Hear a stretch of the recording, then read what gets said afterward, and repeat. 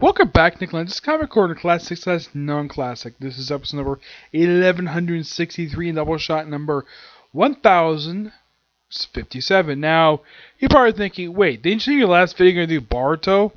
Yes, I'm still playing the Boruto, but I don't have much time to, and I do have this video ready to go, so I figured, though, why not do it? Yeah, this will be 2 X-Men trades. Yes, but not from Kenny X-Men, from the spin-off books, okay? First up, it is Weapon X, Volume 5, Weapon X Force, collecting Weapon X, Volume 3, Issues 22-27, written by Greg Pak and Fred Van Lin. This is the final arc of the series. Now, Weapon X has now been rebranded as Weapon X Force, a mercenary team. No longer X-Men's team of hunters. Oh, in case you're wondering, Old Man Logan and Warpath, they're gone. They've been removed from the series. Old Man Logan is off doing his own thing in his own solo title, which he later led to Dead Man Logan, which I think they finally killed him off. Warpath, I don't think it's not much anything since this series is concluded. The Weapon X Force team is mainly at the start of this comprised of Sabretooth, Lady Deathstrike, Domino, and Weapon Omega. Though it joined mysteriously by Mystique of all people, which I'm like, this is interesting. Mystique part of a group book lineup. The last time I can think of prior to this, where she was part of a lineup, was I think it was Astonishing X by Charles Scholl. Yeah, I think she was part of that. Yep, but okay. Now, pretty much they have our middle mission, but they have to infiltrate another group because they're hired by the parents of another fellow X-Men, Monette. Yep, Greg Pak decided to have his last arc of the series type a loose end from Colin Bunn's. Well, actually, yeah, this was a loose end stemming from Generation X and Uncanny X-Men by Colin Bunn. Yeah, Generation X. Great writing for the book, terrible artwork. And I showed the artwork to Scott Lobdell, the guy who created Generation X. Even he agrees the artwork was atrociously bad. Like, everyone looks like freaking horses, for crying out loud. It was so horrible. And I believe that was the reason why Marvel canceled the book, because the artwork was so terrible. Yeah. Now, during the course of Uncanny X-Men, Monette got possessed by her brother, and this loose end was tied up in the fate of Generation X. And my guess is Greg Pak must feel as though that we need to tie up this loose end properly. Yeah, by having Sabretooth reunite with Monette. Also, we have Deadpool show up in here. Yes, frickin' Deadpool joins this team toward the end of the series. Yes, Deadpool, because we gotta have Deadpool in here.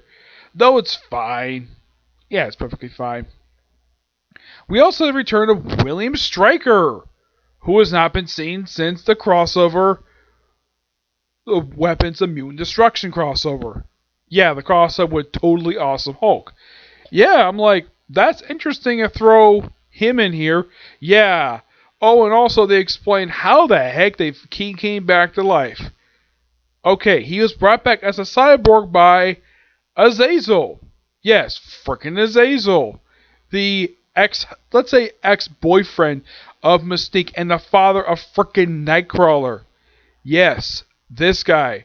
This is by far that I can think of. This is first appearance since Amazing X-Men, since that brief story arc, that 6-issue story arc by Jason Aaron and Ed McGuinness. That was the last time that he showed up in a comic book. That was back in 2013. I think it was. This was 2018. These issues came out, right? I think 2018. I think it was, right? Yeah, 2018. So this is first appearance in 5 years. I'm like, damn, what the heck he's been up to? Also, apparently at one point they go to hell, where Sabretooth finds his dead son, Graydon. And Mystique does not want to bring back to life for a very good reason. Because Graydon has tried multiple times to kill these two off. And also, the main villain of the storyline is not Stryker or Azazel, it's Mento, an enemy of Nick Fury. Why the heck he's... Also, he's apparently the guy responsible for apparently brainwashing Monette. Though thanks to Lady Deathstrike, who is a cyborg, she's able to remove the nanites that were controlling people, put other nanites in the rest of the team to basically remove the brainwash. Even frickin' Deadpool, who apparently was hired by Mento to protect him, though he's freed and joins Weapon X Force. Yes. Though eventually Sabretooth gets sort of infected by it, and then when he gets out of hell, without grading, mind you, the team wondering where the heck is Sabretooth, and his inversion has finally been undone. Yes. It has been confirmed with this issue here that he is back to his old self prior to Access. Yeah. I have had theory of mine that was the reason why he's kicked off the Uncanny Avengers team, but as far as I know, no writer has ever come out and said why he was moved from the Uncanny X-Men roster. The Uncanny Avengers roster. He just was kicked out of the mansion for some reason in between volumes. Yeah, it was mentioned. Yeah, did he try to touch Rogue and probably drunk? I have no idea. So yeah, Sabretooth has gone back to his old evil ways. I'm not sure why Pac did this for, but he did. But this was a fun story arc, and nice way to end the series. And I should point out, though, same artist.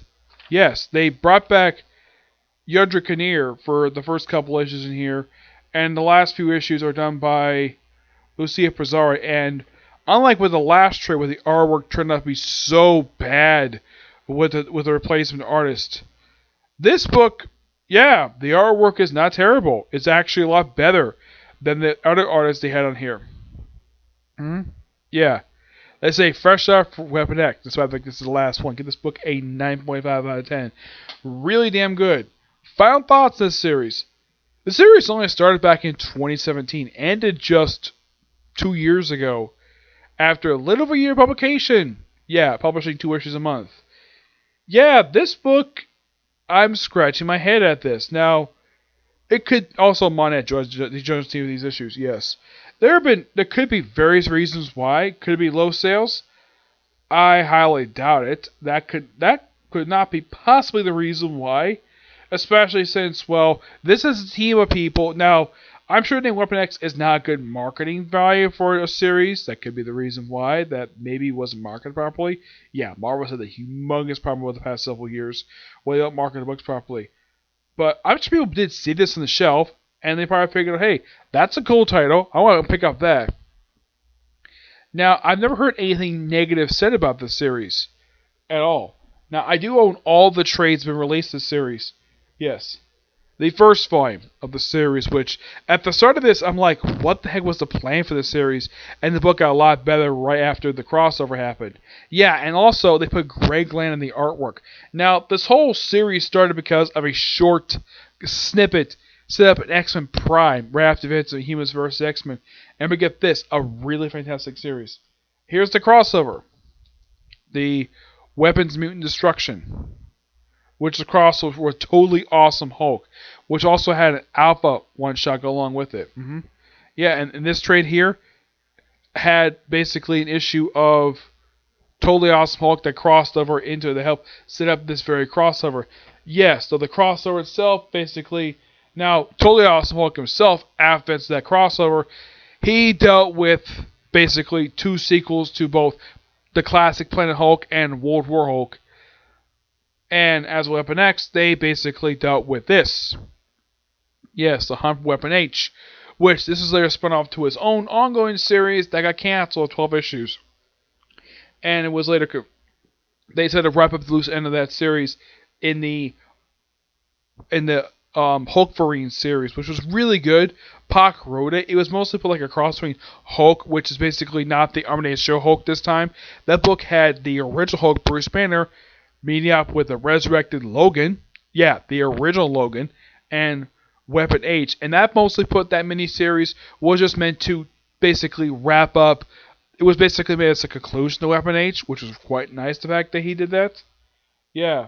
And then like right after them with Weapon H, we have this, which is a nod to probably the video game Modern Warfare, which pretty much had like the return of Nuke and also had Wolverine, while Logan basically put into a wheelchair, which led into this really good storyline, which followed up with what happened in Pages of X-Men Gold with the return of Omega Red, and had sort of a change direction for the series where Logan and Warpath were removed from the series and replaced, well, have Saber who'd be the lead of the team with the addition of Mega Red and Mystique, though Mystique wasn't revealed to have been joined part of the team. She was basically revealed as the team's benefactor.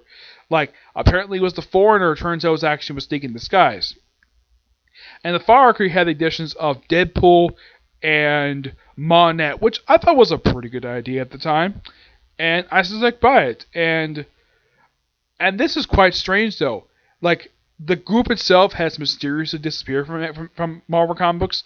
It seems like as soon as this series ended, this team completely disappeared. Like, I'm not sure what other plans there was, because my guess is not long after this.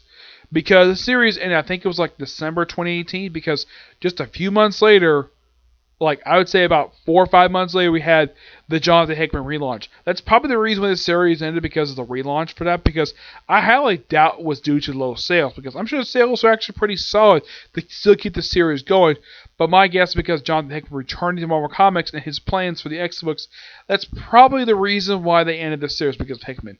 Just like how when Bendis stormed Superman, DC had no idea what his plans were, so that's probably the similar vein of what. That's probably the reason Marvel said in this series was because Marvel would not know what Hickman's plans were probably at that point for the X-Men franchise. Alright, moving on to a different series. This was a mini-series started with Regenesis Initiative, coming out the Humans vs. X-Men. Rogue and Gambit. Written by Kelly Thompson. Artwork by, I think it's by the same artist the whole series. Yeah, it's Peri Perez, which I believe this is the same artist who actually drew her Hawkeye series, which was really good, by the way, and terrible of Marvel to cancel that book after 16 issues. This series is mostly put, you can kind of think of it as a love letter to the relationship of Rogue and Gambit, and to the characters themselves, because it seems as though Kelly Thompson is a big fan of these characters, and she basically throws a bunch of Easter eggs, like classic stuff related to these characters since their debut. Of course, Gambit made his debut back in the 90s. Rogue made her debut back in, I believe it was the early 80s. Yeah, and there's tons of Easter eggs related to it. Mostly about the story is this, that Kitty Pryde has sent Rogue and Gambit to investigate the disappearance of mutants on this island paradise. Basically, it's kind of like Rogue and Gambit go on vacation, and they rekindle their romance during the course of this series. Yeah, and the villain is nothing really special. He's just a one-shot villain for this series. But the best thing you could say about this series, of course the series is called Ring of Fire. That's the story for the series. And the best thing come out of this is basically Rogue and Gambit become a couple again. Yeah. I mean, that's the best thing you can say about this series, is that they become a couple again. And I guess interesting stuff with the shattering, like, of this. And this is going to later on, and I love all the classic stuff related to the characters, like all their best moments they had over the years. They mention like how they first met, how they first met in love. Yeah. And they do eventually solve the whole problem with that. Now, aside from Rogue and Gambit, now there's also a guest appearance at the start of the series by, well, these people. And the people who guest star at the start of the series, we have in the first issue, we have Storm. Storm in her current look, basically going back to the classic headband and got rid of the mohawk. There's also a guest appearance here by Pixie, Armor, and Psylocke. Only in the first issue, because the rest of the miniseries, Long Kitty Pryde, don't appear after this. Yeah, and there was mention of stuff that happened with Deadpool at the end of Gary Duggan's run of the book, where Rogue made out with Deadpool, mainly because it was a heat of the moment and she just felt like it. Yeah, and of course, was also mentioned when they go through therapy that, get this, they even brought up, I kid you not, her relationship with Magneto. A relationship that Mike Carey started and ended in his own book. I'm not sure why in the world Mike Carey thought it was a good idea to hook up Rogue with Magneto. Yep. And they also bring up, like, apparently, like Gambit's romance with Storm that was so brief. And they also bring up Gambit's ex-wife. Let's see, there was also... Oh yes, I can't forget this. I think this was the woman from the Gambit ongoing series right here in the corner. Yeah, there's actually reference here to the Gambit ongoing series where, like, oh, like, Rogue mentioning, "Oh yeah, am I not Avengers material?" Yeah, that's only the second session. Yeah, but this is just a fun little mini series. I give this book roughly a 9.5 out of 10. So fun to read. Oddly enough, aside from the guest star appearances by the X-Men in the first issue, and mentioning of Deadpool, there's like no other character aside from the titular characters who appear in this miniseries. Though you can kind of say this miniseries was basically set up for the very brief ongoing series that came as a result of this, Mr. and Mrs. X. Also by Kelly Thompson and featuring those characters. And fun little factoid, Kelly Thompson had no idea that it was going to be Rogue Gambit. Yeah, apparently Marvel kept that secret from her. I mean, she probably knew she was going to do the series, Mr. and Mrs. X, because that was coming out, but she had no idea it's going to be Rogue Gambit getting married, because it's going to be taking place after the events X-Men 30, was supposedly we were going to have Colossus and Kitty Pryde finally get married. Fans have been wanting these two to get married for years. And finally we had this happen, and Marvel got cold feet. Yep. Now I'm sure Mark Guggenheim got flack for that. But unlike what happened with Tom King, where he got freaking death threats over it, I'm sure Guggenheim just got a lot of flack from fans basically for teasing a marriage that was supposed to happen, and just basically they did have marriage happen, but instead of basically Kitty Pryde and Rogue, we have Kitty Pryde and Colossus, we have Rogue and Gambit, which that was fine. I had no problem with that. But one marriage that was actually announced to happen and Slott actually went through with this was Thing and Alicia Masters.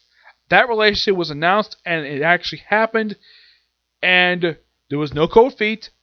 Yeah, my guess is Slott probably knew what happened with. He probably heard about the reception that people got when they announced these two other marriages, and apparently both higher ups got cold feet about this. Slott's like, no, I'm not gonna have this marriage get canceled or have to say the wedding get called off for some strange reason. Thing over the years basically have been teased to get married to various other women over the years, but at least Matt's always been his one woman he always wanted to marry, and in Fantastic Four #4 of the current volume, they finally got married after being an on and off couple since the 1960s. And I kind of wish that DC would do the same thing with Hal Jordan and Carol Ferris, a relationship that has been teased constantly over the years. I mean, people know these two love each other, and yet DC won't allow these two to get married for some strange reason. I have no idea why.